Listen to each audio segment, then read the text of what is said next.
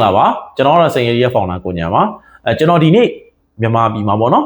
မြန်မာပြည်မှာကျွန်တော်ဒီ letter law ကျွန်တော်ဒီ solar ဈေးကွက်ပေါ့နော် solar ဈေးကွက်အကြောင်းလေးကိုကျွန်တော်တစ်ချက်လောက်ပြောပြချင်လို့ပါအခုကျွန်တော်တို့ဒီမြန်မာပြည်အနေထားနဲ့ပေါ့နော်အခုလောလောဆယ်မှာကကျွန်တော် solar အယောင်းဝယ်တွေကလောလောဆယ်အေးနေရပေါ့နော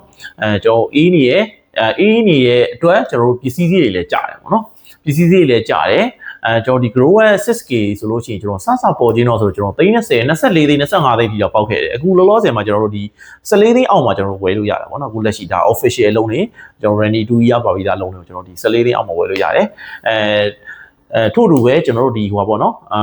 battery တွေပေါ့နော် battery ဆိုလို့ရှိရင်လည်းကျွန်တော်အရင်တော့ဗီဒီယိုတစ်ခုတင်ခဲ့ဘူးတယ်ကျွန်တော်အရင်တော့ဆိုလို့ရှိရင်ကျွန်တော်ဒီ 51.2 ကိုကျွန်တော်ဒီ 200h ကိုကျွန်တော်တို့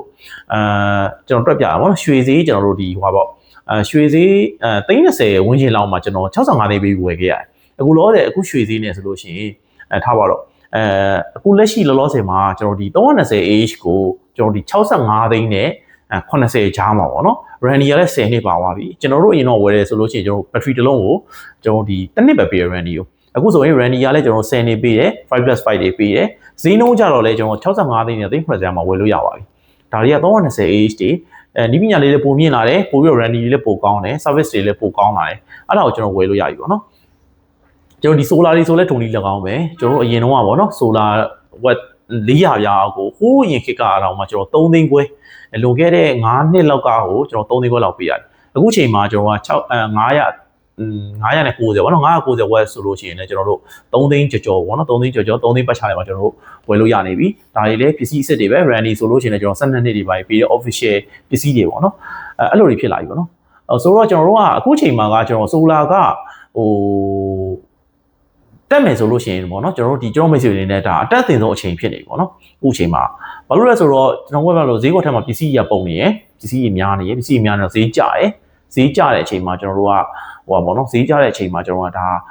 customer တွေအတွက်ကိုကျွန်တော်ကဒါအကောင်းဆုံးပေါ့နော်အကောင်းဆုံးဝယ်ယူရမယ့်အချိန်လို့တော့ကျွန်တော်ကမြင်တယ်နောက်တစ်ခုကကျတော့ကျွန်တော်တို့ဒီဟိုပေါ့နော်ဒီဟိုပေါ့ solar system တစ်ခုဆိုတာကကျွန်တော်တို့ကဟိုပေါ့နော်ဒီတစ်နှစ်ပေါ့နော်ဒီတစ်နှစ်ဒီ100ဒီစာကိုပဲကျွန်တော်တို့ကမှန်းပြီးတော့ကျွန်တော်ကတွက်လို့မရအောင်solar ဆိုတာကကျွန်တော်တို့က solar အာမခံအစားကျွန်တော်12နှစ်ပေးထားတယ်battery ဆိုလို့ရှိရင်10နှစ်ပေးထားတယ် inverter ဆိုလည်း2နှစ်ပေးထားတယ်ပေါ့နော်ဆိုတော့ solar system တခုကကျွန်တော်ကအနည်းဆုံးသူ့တက်တန်းကအနည်းဆုံးအနေနဲ့ကျွန်တော်တို့က10နှစ်ကနေ15နှစ်ထိတော့ဒါအနည်းဆုံးလို့ပြောတာနော်အနည်းဆုံးရှိတယ်ဆိုတော့ကျွန်တော်10နှစ်15နှစ်စာလောက်ပေါ့ကျွန်တော်တို့ကအကျိုးအမြတ်ကိုပြန်ပြုတ်ပေးမဲ့ရင်းနှီးမြှုပ်နှံမှုတစ်ခုအနေနဲ့ကျွန်တော်ကစဉ်းစားပြီးတော့ကျွန်တော်လုပ်တင်တာဖြစ်တယ်ပေါ့နော်အားကြောင့်မို့ကျွန်တော်ကဈေးအနည်းဆုံးကိုကျွန်တော်တို့ကဈေးအနည်းဆုံးအချိန်မှာကျွန်တော်တို့ကဟိုပါပေါ့နော်ဈေးအနည်းဆုံးအချိန်မှာကျွန်တော်ကဝယ်ယူသင့်တယ်ပြီးတော့ရင်းနှီးမြှုပ်နှံမှုလို့ပဲကျွန်တော်ကမြင်ရင်းနှီးမြှုပ်နှံလေးကိုယ့်အတွက်အကျိုးမြတ်မြင်ရပြီပဲပေါ့နော်ဆိုတော့အဲ့ဒါကြောင့်မို့ကျွန်တော်က solar ကိုကျွန်တော်ဒီနေပူတဲ့အချိန်တို့သူများတက်တော့မှလိုက်တက်မယ်ဆိုလို့ရှိရင်တော့ဈေးကြီးပေးရအောင်နော်အခုချိန်မှာသူများမတက်ဘူးဒါပေမဲ့ကိုက10နှစ်စာလောက်ကိုမှန်းပြီးတော့ကျွန်တော်ကဟို10နှစ်15နှစ်စာမှန်းပြီးတော့အခုချိန်ဈေးကျတဲ့အချိန်မှာကျွန်တော်အတက်အသင့်ဆုံးအချိန်ဖြစ်ပါတယ်နောက်တစ်ခုကကျတော့ကျွန်တော်တို့ဒီဟောပေါ့နော်လူတွေကပြောကြတယ်ပေါ့မီးတွေလာရင်ဘယ်လိုလုပ်မလဲပေါ့မီးတွေလာလို့ solar system ကြီးကကျွန်တော်ဘာလို့အသုံးတက်မှာလဲဆိုတော့ကျွန်တော်တခုပြောပြမယ်ကျွန်တော်ဒီ solar လုပ်ငန်းကိုကျွန်တော်တို့စလုပ်တယ်ဆိုတဲ့ဥစ္စာကဘာမှစလုပ်ဖြစ်တာလဲဆိုတော့ကျွန်တော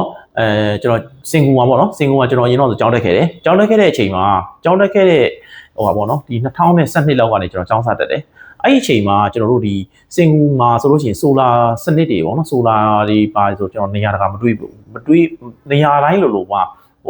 တွေ့တာရှားတယ်ပေါ့နော်ဒါပေမဲ့ကျွန်တော်ဒီပြီးခဲ့တဲ့နှစ်ကကျွန်တော်တို့သွားလေတဲ့အချိန်မှာကျွန်တော်အရင်တုန်းက solar မရှိခဲ့တဲ့ဆိုတဲ့နေရာမှာကျွန်တော်တို့က solar system တွေအကုန်လုံးဖြစ်ကုန်ပြီအိမ်တွေရဲ့ခေါင်မိုးပေါ်တွေမှာအကုန်လုံး solar တွေတက်ကြတယ်ဒီရောနော်သူတို့ဒီရေပြင်ပေါ်မှာရေကန်ပေါ်မှာလည်း solar တွေစောက်ကြတယ်အဲ့လိုမျိုးတွေပေါ့နော် solar စနစ်ကအရန်ကိုပြန်ကျင်းနေပြီဆိုတော့ဒါပေမဲ့စင်ပူမှာကျွန်တော်2012ကနေ2018အထိကိုကျွန်တော်ဟောပါတော့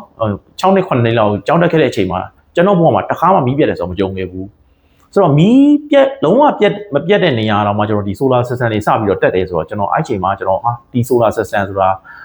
ာမီးလာလဲကျွန်တော်အကျိုးမြတ်ပြုပါလားဟိုအကျိုးရှိပါလားဆိုတဲ့ဥစ္စာကိုကျွန်တော်လေ့လာပြီးတော့ဒီ solar စနစ်ကိုစိတ်ဝင်စားပြီးတော့တကယ်လေ့လာပြီးတော့ကျွန်တော်ဒီအလုပ်ကိုစပြီးလုပ်ဖြစ်တာဖြစ်တယ်ပေါ့နော်ဆိုတော့ကျွန်တော်တို့ကမြန်မာပြည်နေသားနဲ့ကမီးလာလဲဒီ solar system တွေကကိုယ့်အတွက်ကအကျိုးမြတ်ရှိမှာပဲနောက်ပိုင်းကျလို့ရှိရင်ကျွန်တော်ဒီအစိုးရကိုပြန်ရောင်းတဲ့ဟိုကျွန်တော်ဒီပြန်ပြီးတော့အစိုးရပြန်ရောင်းလို့ရတဲ့စနစ်တွေပေါ်လာမှာပဲအခုတွေကကျွန်တော်ရင်းနှီးမြှုပ်နှံထားတာကကိုယ့်အတွက်မမအောင်လို့ထင်တယ်ပြီးတော့ အဓိကအရေးကြီးဆုံးကတော့ကျွန်တော်ခုနပြောလို့ပေါ့နော်သူများတက်တော့မှကျွန်တော် market demand ရတာအကုန်လုံးလိုက်ပြီးတော့သူများတွေလည်းတက်တယ်ကိုလည်းတက်တယ်ဆိုတဲ့အချိန်မှာလူပြီးတက်မှာထက်အခုဘယ်သူမှမတက်သေးတဲ့အချိန်မှာဈေးသက်သာတော့အချိန်မှာတက်တင်တယ်လို့ကျွန်တော်တို့အကြံပြုချင်ပါတယ်အဆုံးလေးကြည့်ပြီးတော့ကျေးဇူးတင်ပါတယ်